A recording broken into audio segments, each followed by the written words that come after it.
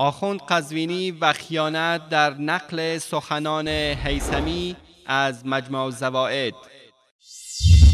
هیثمی در مجمع الزوائد روایتی را نقل می کند که پس از غزوه احد زنان انصار برای کشته شدگانشان گریستند و رسول الله صلی الله علیه و آله و سلم فرمودند: امروز حمزه کسی را ندارد تا برایش بگرید.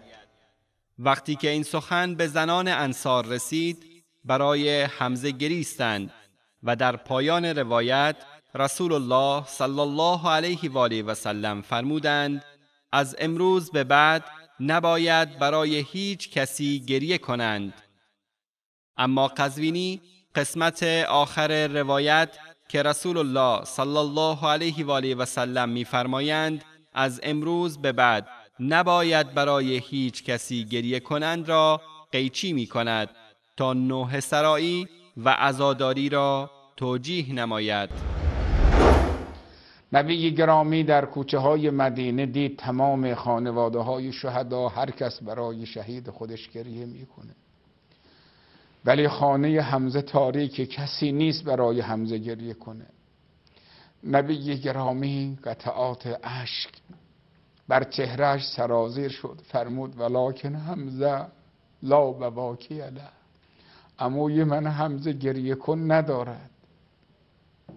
زنان انصار نه مهاجرین، زنان انصار وقتی شنیدند نبی گرامی فرمود: عمویم عزادار ندارد، گریه کن ندارد، نوحه سرا ندارد، جمع شدن زنان انصار، شروع کردن همگی دست جمعی برای حمزه عزاداری کردن، نوحه سرایی کردن. دوستان میتونن کتاب مجمع الزوائد هیثمی جلد 6 صفحه 126 رو ببینند. با هم نگاهی به روایت هیثمی در مجمع الزوائد می اندازیم. وعن ابن عمر وأنس بن مالك قال: لما رجع رسول الله صلى الله عليه وسلم من أحد سمع نساء الأنصار يبكين فقال: لكن حمزة لا بواكي له. فبلغ ذلك نساء الأنصار فبكين حمزة، فنام رسول الله صلى الله عليه وسلم ثم استيقظ وهن يبكين فقال: يا ويحهن، ما زلن يبكين منذ اليوم فليبكين ولا يبكين على هالك بعد اليوم.